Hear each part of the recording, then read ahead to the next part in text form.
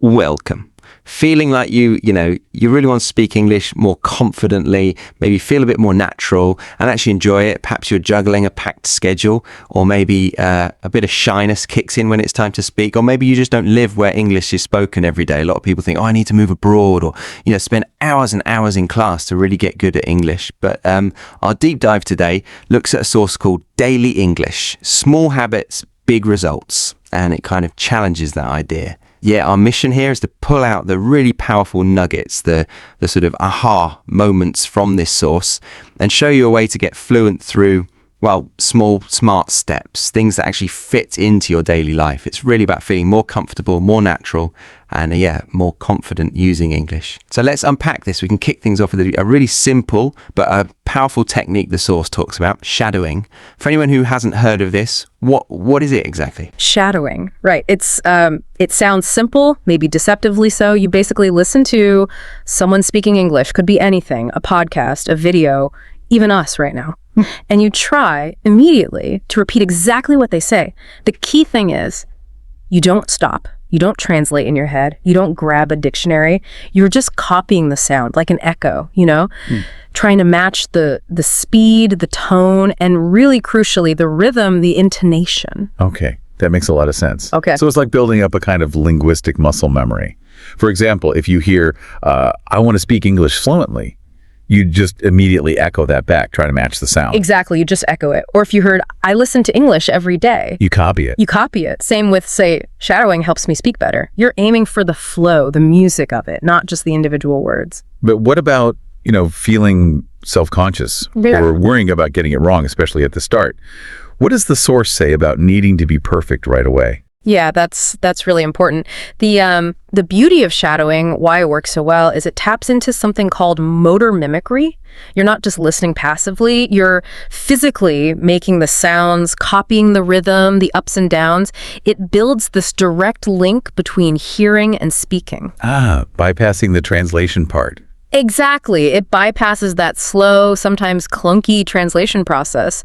Your brain and your mouth start working together in English. And about perfection, the source is clear. Forget perfection. Aim for doing it. Your first tries won't be perfect. That's okay. The benefit comes from the act of trying to match, not from getting it perfect immediately. And that really ties into the small habit, big results idea, doesn't it? The source mentions that even 5 minutes a day, even just 5 minutes doing this consistently can make a real difference. You start speaking faster, clearer, and just more naturally. It's like compound interest, for your speaking skills. Okay, so I can almost hear some listeners thinking, right, but I just don't have time, or my schedule's crazy, or maybe I just feel so nervous even thinking about speaking, or even just, where do I even start with this? And look, that's totally understandable. We get it. But the advice from the source is really encouraging here. It says, you don't need huge blocks of time. You don't need perfect grammar before you begin. And you definitely don't need to wait for some, a perfect moment that might never come. Right. The most important thing is just starting. Just begin. Just begin. And that really leads us to the core of this deep dive, doesn't it? How do we actually make this happen? How do we bridge that gap? So our source, Daily English, Small Habits, Big Results, it lays out 5 really simple but genuinely powerful ways to weave English practice into your actual life every day, wherever you happen to be. All right, this sounds like where the practical magic happens. Let's get into these 5 ways. Tip number 1, listen to English every single day. Now, why is just listening seen as the absolute foundation if your goal is actually to speak better? Well, listening is fundamental because it's how we absorb the language as it's actually used, the living language. It helps you pick up new words naturally in context. It trains your ears to catch the real rhythm, the intonation of English, that sort of musical quality that you often miss in textbooks. And importantly, it gets you used to how real people actually talk at a normal speed. That's vital for understanding people outside of a classroom setting. So how do you fit this in without it feeling like just another task? Yeah. The source suggests things like podcasts, obviously, English music, YouTube, short stories, maybe news for learners. Yeah.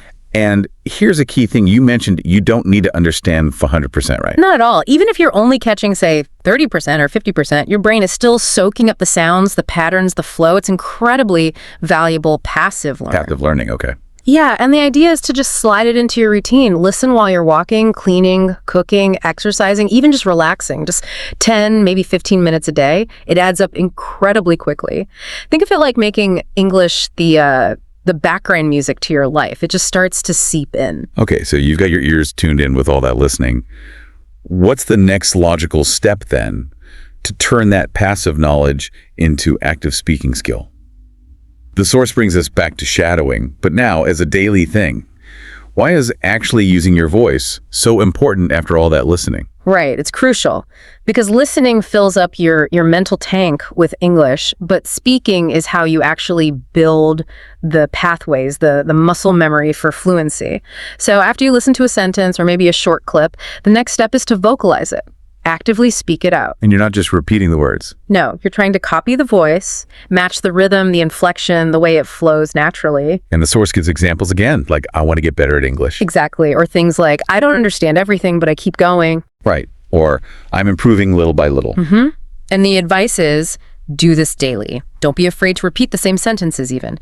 It helps build that physical memory in your mouth and throat. And the payoff is? Smoother speaking, clearer pronunciation, and honestly, a noticeable boost in confidence. Again, it doesn't have to be perfect, just practiced. Consistency over perfection. Okay, that makes sense. Moving from sound to internal processing. Tip number 3, think in English. The source calls this one of the biggest changes you can make. Why is it hard at first, and what's the key to making it work? Well, the main hurdle is that we naturally tend to think in our native language and then translate, right? Yeah, definitely. And that translation step, it takes time, it slows you down, adds friction.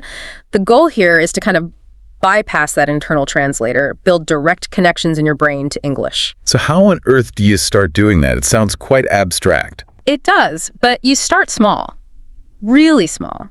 The source suggests using short, simple sentences in your mind as you go about your day. Like when your alarm goes off, instead of your usual thought, try thinking, it's morning, I'm still sleepy, need coffee. Oh, okay.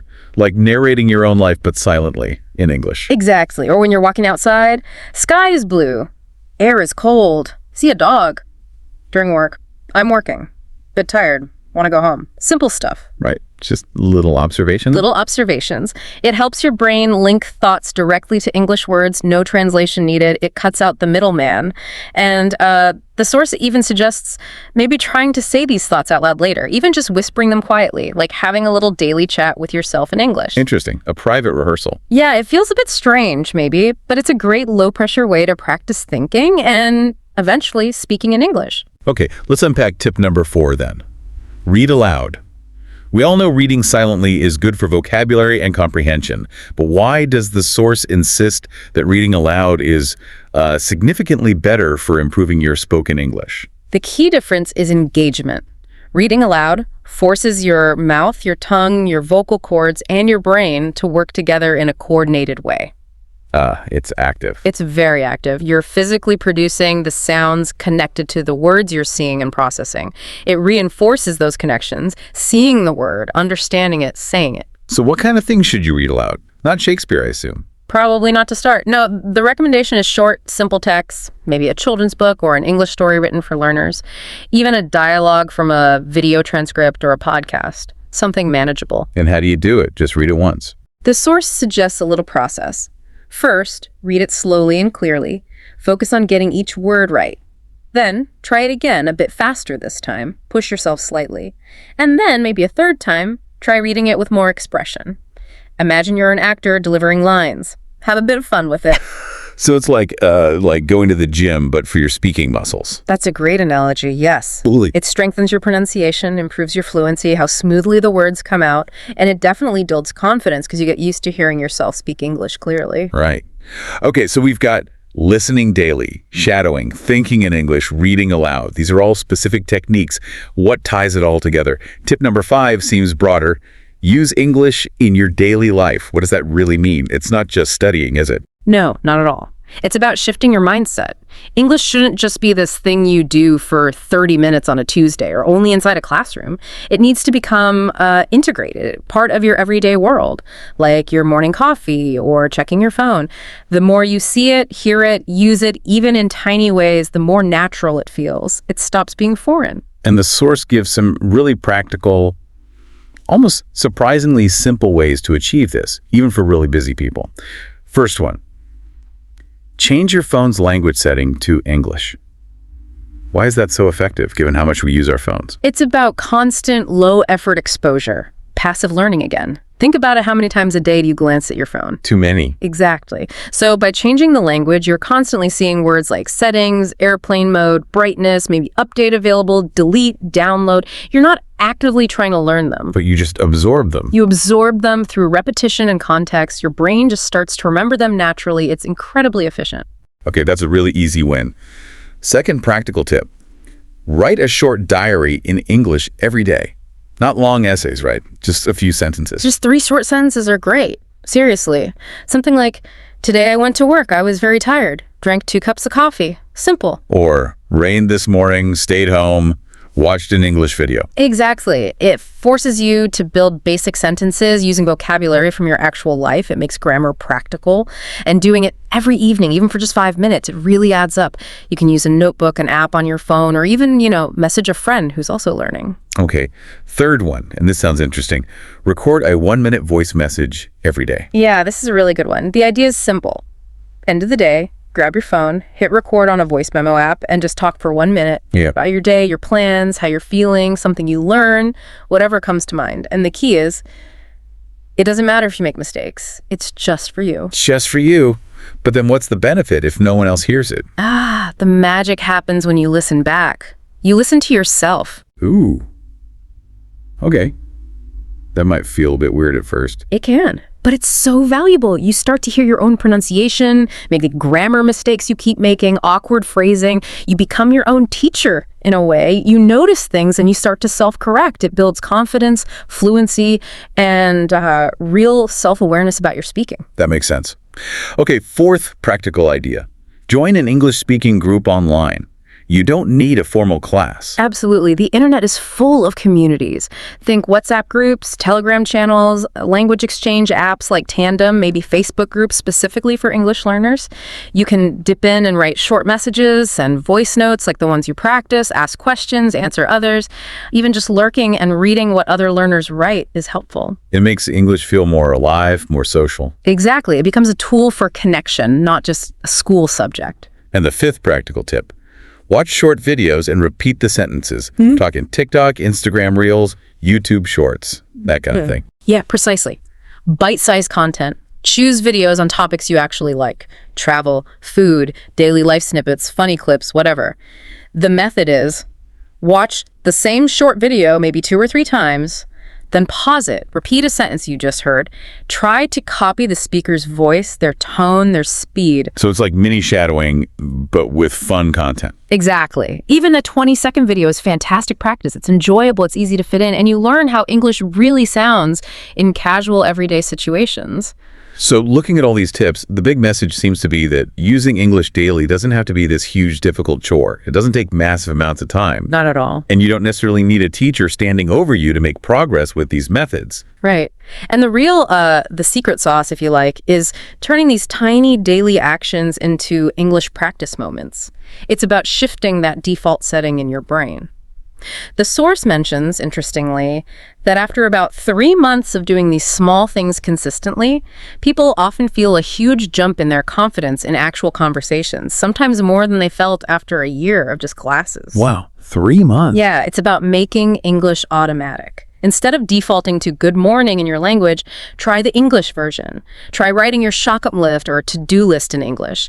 Swap 5 minutes of watching TV in your language for 5 minutes in English. These little things, done consistently, build really strong habits. And those habits create confident, natural English speakers. So the core message takeaway today is make English part of your life. Not just something you study, but something that's just there. Exactly. Let it be on your phone, in your quick notes, in your thoughts, in the sounds you make when you read aloud or shadow. Let it become part of who you are. Because that's the real turning point, isn't it?